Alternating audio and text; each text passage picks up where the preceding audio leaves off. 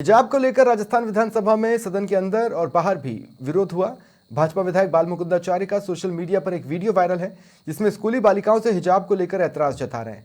सदन के अंदर भी कांग्रेस विधायक रफीक खान ने सरकार से बालमुकुंदाचार्य पर एक्शन की मांग की।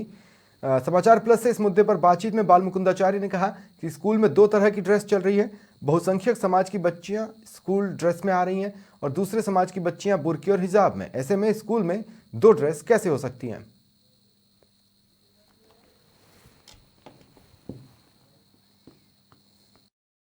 हमारे साथ हैं बालमुकुंदाचार्य जिन्होंने इस मुद्दे को सदन में उठाया है।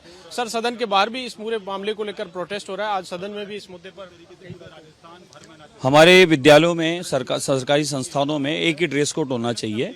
या तो सभी को छूट दी जाए अपनी मर्जी का कोई भी कपड़ा पहन के स्कूल में आवे, या फिर सब बच्चों के लिए एक समान ड्रेस कोड हो और स्कूल ड्रेस में ही बच्चे आवें। इसके लिए मैंने अपनी मांग रखी है और मैं शिक्षा मंत्री जी को भी निवेदन किया हूँ और अन्य जो और हमारे एमएलएज हैं वो भी कह रहे हैं कि भाई स्कूल का ड्रेस कोड तो होना ही चाहिए। फिर दो प्रकार के ड्रेस पहन के आएंगे, अपनी मर्जी के ड्रेस पहन के आए, फिर स्कूल का नियम क्या रहा?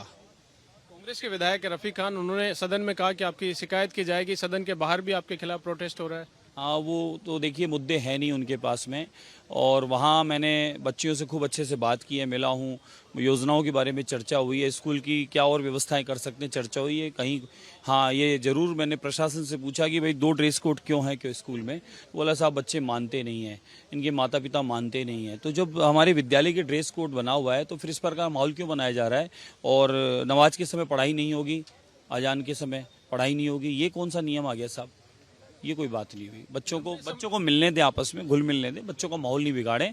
ये राजनीति करने वाले राजनीति करें, कम से कम बच्चों की शिक्षा में, और राजनीति ना करें तो ज्यादा अच्छा है। कुछ लोग कह रहे हैं कि लंबे समय से ऐसा चला आ रहा है, तो इसमें ऐतराज किसको है, किस बात को लेकर ऐतराज?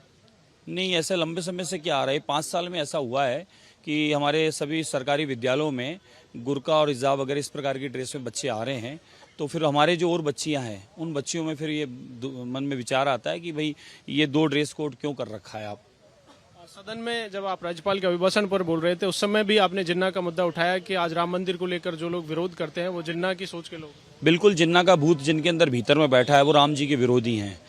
इनको राम जी से, राम जी के मंदिर से, इस भारत के विकास से, भारत माता की जय से, वंदे मातरम से और हमारे राष्ट्रगान से इनको हमेशा आपत्ति रही है। कहीं ना कहीं इनकी आत्मा इस राष्ट्र से भी जुड़ नहीं पा रही इनकी, और जिनकी आत्मा राष्ट्र से नहीं जुड़ पा रही वो इस प्रकार की बातें अनगल करते रहते हैं। कांग्रेस ने इस पर ऑब्जेक्शन किया है कि धर्मनिरपेक्ष संविधान है और संविधान के अनुसार सदन चलता है। तभी तो साहब हमारे मिसाइल मैन अब्दुल कलाम साहब इस देश के राष्ट्रपति थे, भाजपा की गवर्नमेंट में ही थे ना। कांग्रेस करिए, आप हिंदू मुस्लिम और मंदिर मस्जिद की बात करते हैं बार बार, ये धर्मनिरपेक्ष नहीं है।